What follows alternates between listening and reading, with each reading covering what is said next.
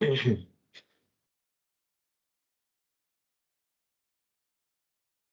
afternoon, everyone. My name is Harrison Stafford, and I work for Georgia United Credit Union as a business development officer. And today we're going to be talking about kids and finance for parents. So, under the overview here, we're going to talk a little bit about all these things today, but the importance of why children need to learn about money, what motivates children to learn about money management, how children learn about money, that's an important one, how to use goal setting, budgeting, and saving as tools to further develop them, and how to use an allowance as a teaching tool. These are all fantastic things, and hopefully, we'll check all of those boxes by the end of this webinar. So, how do you talk about family finances with your children or your child? So, the big thing here to understand is that we need to establish a baseline, right? So, what information are we willing and able to share with our children? So, they obviously don't need to know about everything, but what opportunities can we use to teach them? So, speaking about teaching, we're going to talk a little bit about the teachable moment. So, you may be asking yourself, what in the world is a teachable moment? Okay. Well, we define a teachable moment as any time that your child's interest is focused. So when they're focused, we want to be able to respond in a way that keeps that curiosity sparking. Okay. So circumstances, we'll move on to that. So it could be something as simple as getting cash from an ATM and teaching your child that your debit card or your ATM card isn't just this magical piece of plastic that gives you infinite money, right? You do work for a living, or you have some kind of cash coming in, and you're just taking your own money out of this machine, right? So that could be a teachable moment for your child. And other things that we want to consider whenever we're talking about teaching our children with finance, because it's not the most interesting thing in the world maybe to a child, but it's so important, is their attention span and their interest, right? So say they've asked a question and we've satisfied their answer, we don't want to keep on droning on and on and on talking about something that, they had one little question. We don't want to give them a 30-minute, preach, right? So another thing that you want to consider here too is their interest. So maybe look for opportunities to teach them while they're watching TV, or before a family vacation, or it could be something with school shopping. These are all times that we can act and teach our children about finance. Okay. So this is an interesting slide. How much do teens typically spend a year? I'll give you a second to kind of read all these here. It says, $2.64 all the way up to $888 a year. Well, the answer is all the above, right? So all those things come out to the exact same number. So teens have $43 billion in spending power and an influence of an additional about $600 billion of family spending. And this is according to MediaPost.com in 2016. So it is so important that we need to teach our children about money because they're consumers, right? And their spending power continues and continues to grow with significance each year that goes on. And think about the rise of social media, and it could be something as simple as watching a YouTube video. They have targeted ads that are specifically for your children. So, how important is it that they need to develop these smart spending habits now and understand how finance works now while they're young, right? Because they're being targeted. So, children and media. This is another slide that we typically get some jaw-dropping action whenever we divulge the numbers here. But how many hours a day do children spend viewing media? The number may shock you. So we're going to move on here. And it says, how many hours do they spend? Well, oh, I guess I should define media too. So TV, music, audio, computer, online media, could be video games, print, could also be a movie, anything like that. Well, it says that teens are spending more than a third of their day using media. So about 9 hours on average. 9 hours. That's more than a regular work day that the children or teens specifically in this case are spending on devices or engaging in some form of media, right? So for tweens, so from age 8 to 12, it's nearly about 6 hours a day. So during those 6 to 9 hours, children are constantly being advertised. Again, we mentioned this on the last slide, but whether it's a commercial or a YouTube video ad, or radio spots while streaming music, or maybe an intro to a trailer to a video game, or whatever it is, however your children consume media, they are being targeted non-stop. So we need to act now so that way they're diverse, or not diversified, but they were intellectuals, and they're developed as a consumer. Okay. So, what motivates children to learn about money and how to manage money? There's a couple ones here. The most common one that you may see, and the easiest one to identify, is the desire to reach a goal. So that could be something like, hey, I want to buy a video game, but it's $60.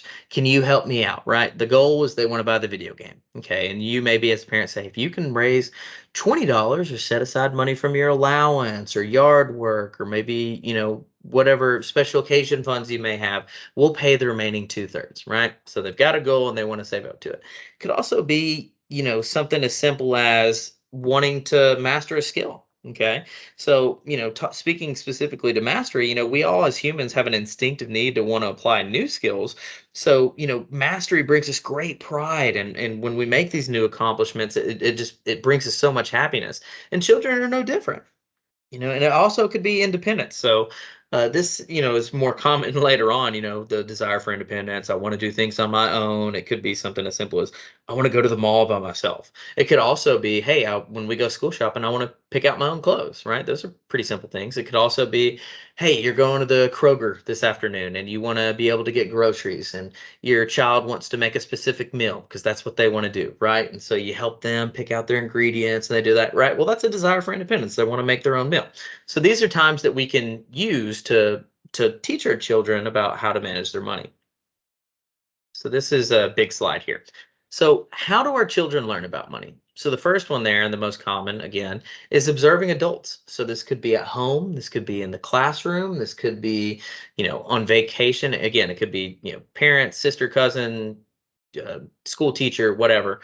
They want to learn from us. Okay. And so, do we allow them to take part in family decisions? It could be something as simple again as going back to school shopping, and you're really highlighting how much things cost. Like I want this set of pencils, and I want this pencil box, and I want this notepad, and these folders, and this binder. And then maybe you keep a tally throughout everything, and by the end of it you see, hey, this is how much we spent.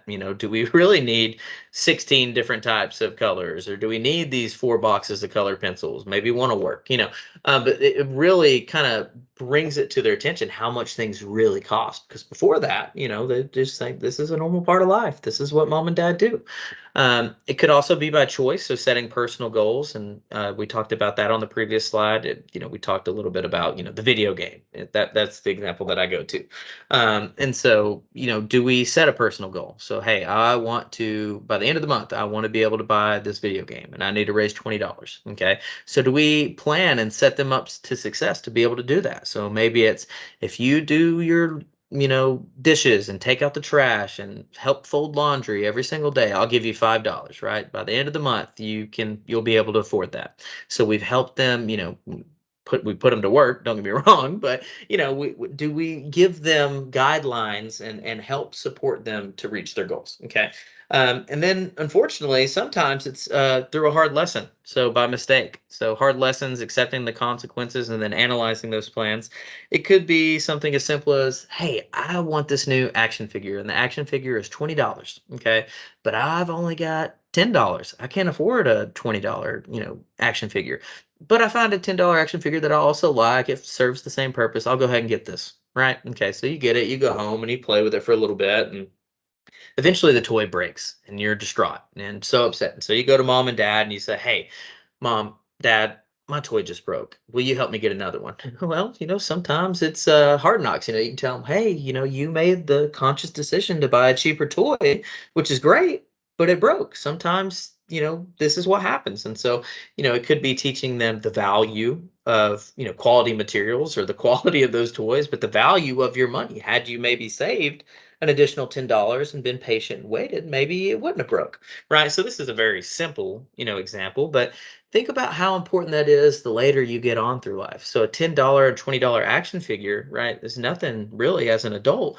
Say it's maybe a difference of, your home. You're buying a home and you buy an older home, but you don't really consider, all the things that go into an older home, like having to update the HVAC or maybe the water lines or septic issues. And then I've got to do new insulation, right? These are things, things that kind of creep in. Or maybe it's you decide to buy an older car, and sometimes there's nothing wrong with buying an older car, and there's nothing wrong with buying a used car, but there are costs sometimes that can be factored in. So maybe your transmission one day goes out, right? That's a big cost. So, it's better. The point is, it's better to teach them at a younger age, so that way they see these things at a younger age, and before these numbers get bigger and bigger and bigger the longer they go on through life. So, what percentage of parents give their children allowance or their child an allowance? So, the answer's on this one. So, it's a whopping 70%. So that's a lot. I don't think I got an allowance until a little bit later on in life, but and there were certainly some stipulations, right? So, do the dishes, make all A's, take out the trash, don't get in trouble, all that kind of stuff, or you could kiss your allowance goodbye. But do you use it as a teaching tool? So, allowing them, teaching them about needs versus wants. Because when you're younger, you want everything, right? And in a perfect world, you would get everything, but that's just not how things shake out.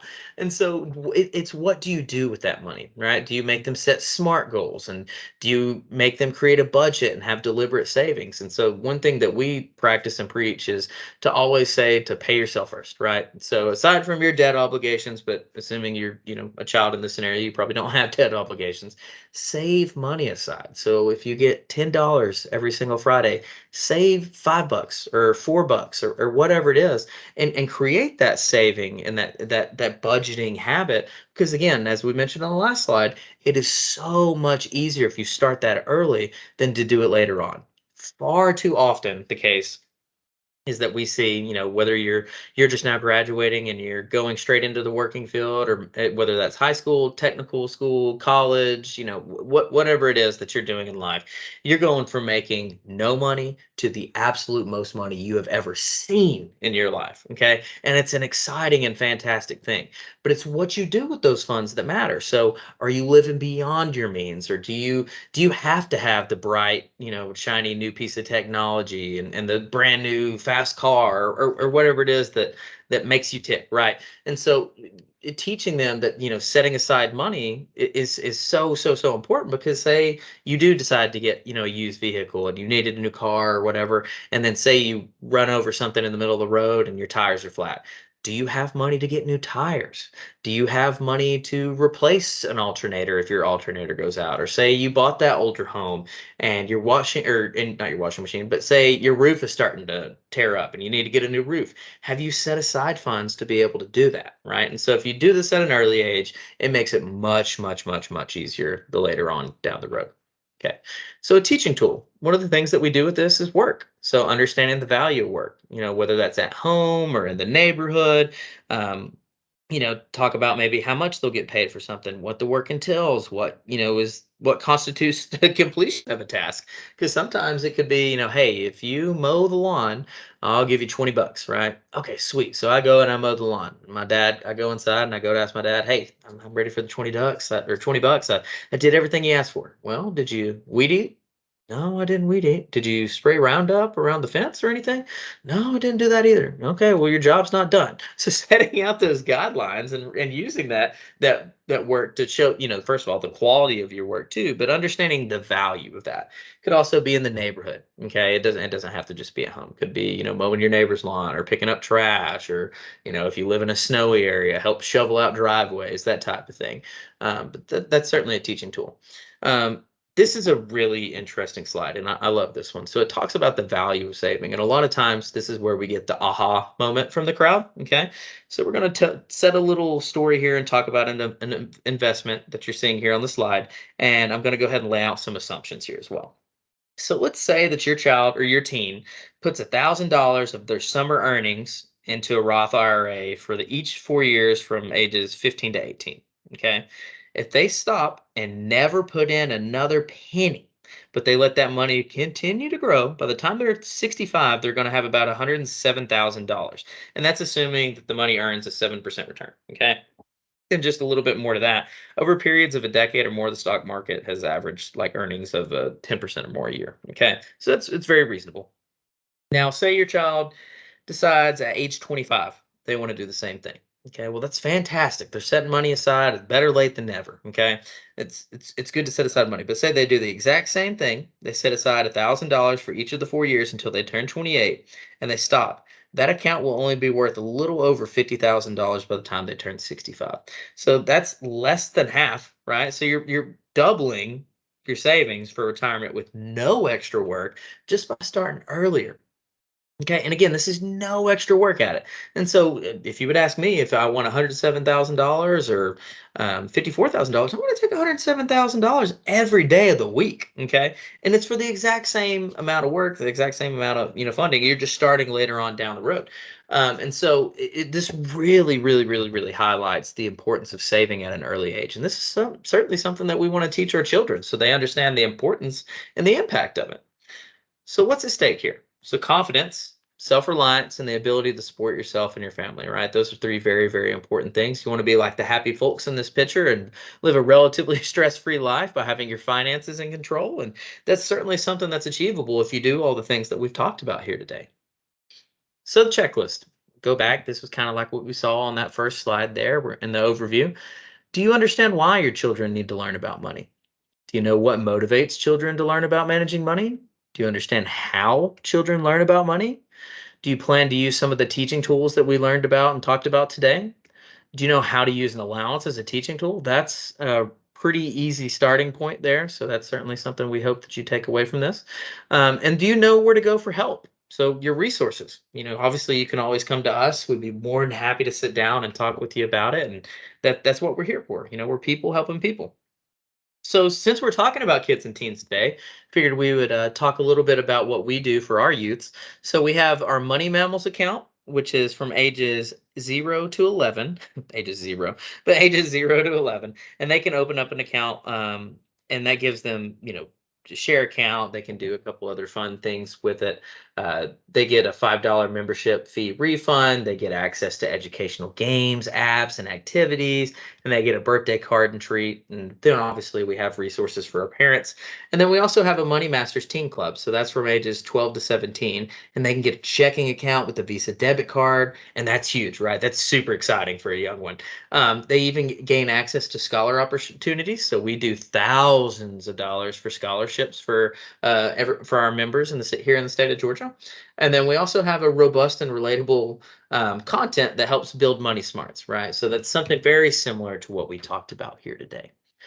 So this is typically where we would say questions, but this is where we've wrapped everything up. And so I'm going to hop off here, but hopefully we've answered everything. And if you do have any questions, obviously you can go to our website.